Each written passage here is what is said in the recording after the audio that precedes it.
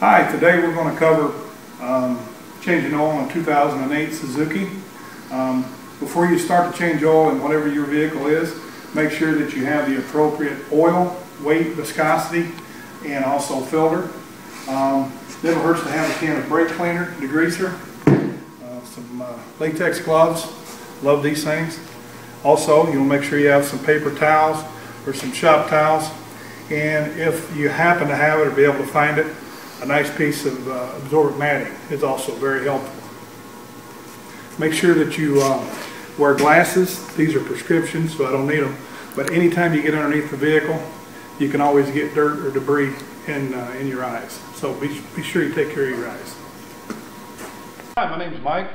Today we're going to be doing a oil change on a 2008 Suzuki, which is equipped with an Amsoil bypass filtration system.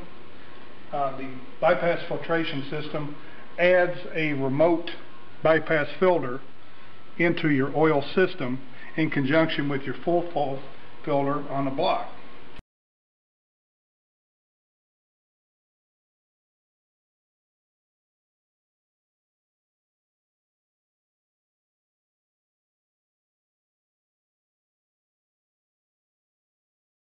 Out, make, model, year of the vehicle, mileage, so forth, so on.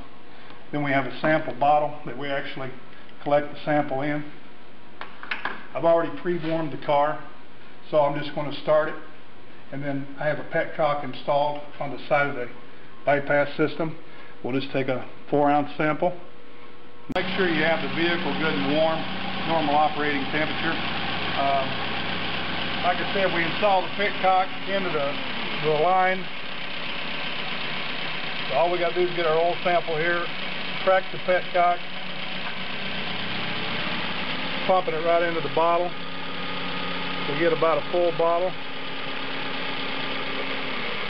and there's our oil sample. Like I said, I'll complete the paperwork as far as the make, model, year. Send it into the laboratory. If you do routine oil analysis, they keep a running history so you can compare oil sample to oil sample to see the progression. Just want to point out, when you lift a vehicle, make sure that you lift it in a safe location. I usually like to use the subframe, and if you can't reach a subframe, there's lifting points usually on most vehicles out here on the outer body lip.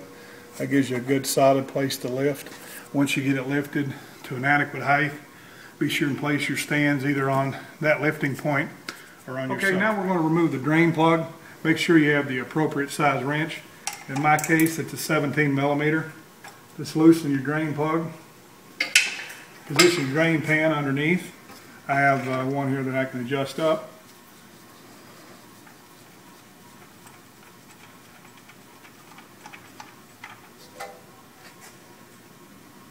And we'll let that drain for a little bit. Okay, once you've got your oil drained, we're down here to just a very light trickle. I'm going to go ahead and put the drain plug back in. Always start it by hand. It's amazing how many guys accidentally strip out a plug. Get it started good. And get a wrench back on it. And just give it a good little snug. You don't have to kill it. I mean, we don't want it loose, but just give it a good little snug tight. Wipe off any excess. I'm going to move right up front here. Our oil filter is located right here. So we're going to go ahead counterclockwise. Going to get a little oil run out. So be ready for it. Let that drain just a second so we don't make a bigger mess. Alright, we've let it drain. We're going to go ahead and spin her off.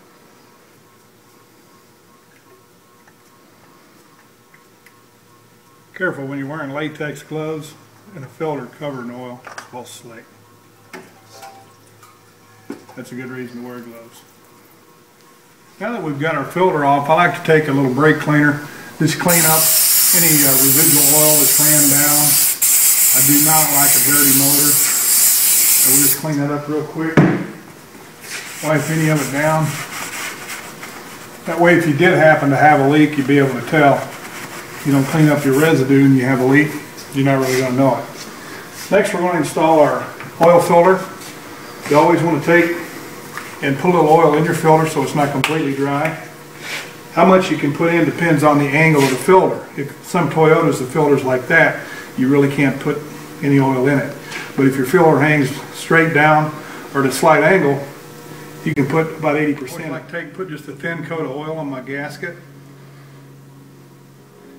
Makes it a little easier for install, easier to tighten. Make sure you get your filter started. Again, right-handed thread, so you'll turn it clockwise, and you just want to do it good hand tight.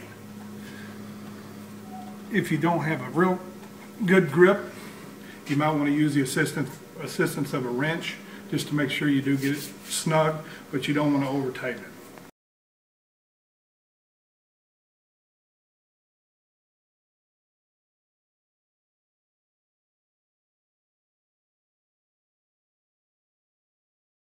Same rule of thumb on our initial fill on the filter. This filter, there's 3 filter sizes Amsoil has for the bypass system. This is the smaller element. You can pick the element size based upon how much room you have on your vehicle and mounting location. This one will hold. Okay, so we got our filter started. Go ahead and tighten it up a little bit. I'm going to wipe a little excess oil off.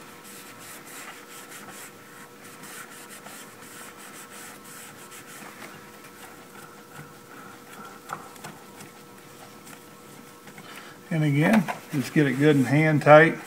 With the location of this one, I will go ahead and throw a filter wrench on it just so I can get a good turn. Okay, now that we've got our bypass filter installed, we're going to go ahead and fill the crankcase. Just remove your oil filter cap. Get you a nice clean funnel. Make sure you've picked the proper viscosity of oil that your manufacturer recommends for the vehicle. If you have any questions about viscosity recommendations, check your owner's manual, or you can also visit my website.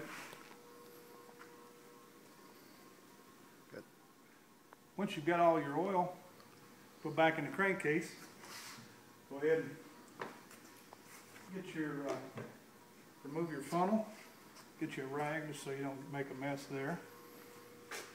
And put your filter cap back on. And again, we just want to go hand tight. Well, we're wrapping up on this job, but I wanted to just say, after we filled our crankcase and replenished our oil supply, start the car, let it run about 15-20 seconds.